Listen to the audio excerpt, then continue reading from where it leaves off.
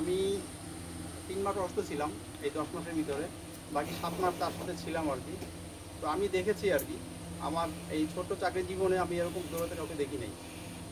রাত 10টা 11টা আমি তার সাথেও ছিলাম আর কি, অনেক সময় ছিলাম। রাত 11টা পর্যন্ত আমরা মানুষের বাসায় আপনারা হয়তো বিশ্বাস করবেন না, রাত 11টা পর্যন্ত মানুষের বাসায় আমরা একটা জিনিস দিয়েছি, সেটা সে পেয়েছে কিনা সেটা আমরা এখান থেকে উপজেলা থেকে দেওয়ার পরে আমরা নিশ্চিত করার জন্য সেখানে গিয়েছি।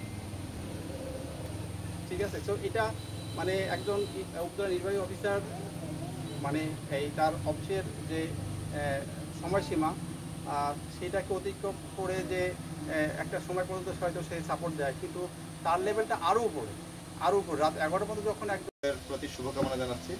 তো আজকে খুব সুন্দর একটা সময়, আপনারা অনেক ভালোবাসা নিয়ে অনেক আন্তরিকতা নিয়ে যাওয়ার বেলায় আমাকে এখানে সম্মানিত করেছেন, এই জন্য আমি অত্যন্ত সব ঠিকঠাক রাখে আগামী 30 তারিখ আমি আপনাদের ছেড়ে রওনা করব দেবহাটার উদ্দেশ্যে। তো আমাদের উপজেলায় আমি আসলে অনেক ভালোবাসা পেয়েছি, অনেক সহযোগিতা পেয়েছি, আর আমার অনেক সীমাবদ্ধতা ছিল, অনেক কাজ করতে পারিনি, সেই কাজগুলো অসম্পূর্ণ রয়ে গেছে। সেগুলো আমার বিশ্বাস আমার যারা সহকর্মী আছেন উপজেলা প্রকৌশলী মহোদয় প্রকল্প বাংলাকে আরও সামনে এগিয়ে নিয়ে যাবেন। আমি যে বিশ্বাস করতাম যে টিম কচুয়া এবং এখানে আমাদের যেটা চেয়েছিলাম ক্লিন কচুয়া গড়বে, গ্রিন কচুয়া এবং ক্লিন, তিনি আমার চেয়ে বেশি মেধাবী এবং আরও বেশি ভালোভাবে চালাবেন, আরও বেশি সুন্দর করে কচুয়া সামনে এগিয়ে যাবে, এটা আমার বিশ্বাস।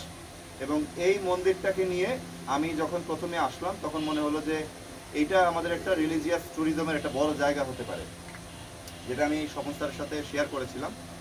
তো এই দিকে অনেকটা এগিয়ে গিয়েছে, বিগত 3 মাসে মনে হয় 3 মাসে হঠাৎ করে এই সপ্তাহে জেলা পরিষদে মিটিং করেছি। আপনারা জানেন উপজেলা নির্বাহী অফিসার এই মুহূর্তে প্রশাসকের দায়িত্বে এবং জেলা পরিষদের সদস্য তারা।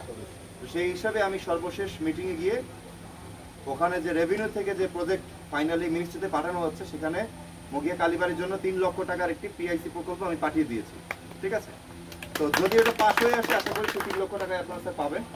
3 লক্ষ টাকা পর্যন্ত পিআইসিতে করলে নিজেরা করতে পারবে, এর বেশি হলে সেটা দরপত্রে চলে যাবে, সেটার নিয়ন্ত্রণ আপনাদের কাছে থাকবে না বলেই ওই সর্বোচ্চ অ্যামাউন্টটাই আমি লিখে দিয়েছি। চাই কচুয়াকে যেন মানুষ নাম বলে চিনতে পারে, এটা অনেক বড় জিনিস। মানুষ মরে গেলে হয়ে যায় লাশ, ঠিক না, তখন কিন্তু তাকে নাম থাকে না। তো আমরা আমাদের নামটাকে সবচেয়ে ভালোবাসি। তো আমি চাই এই এলাকার প্রিয়, আমি যেহেতু বাংলাদেশের অল্প বিভিন্ন অঞ্চলে কাজ করেছি, আমি দেখেছি এই অঞ্চলের মানুষ শান্তিপ্রিয়, পরিবেশ শান্ত এবং অত্যন্ত সবুজ। এই জন্য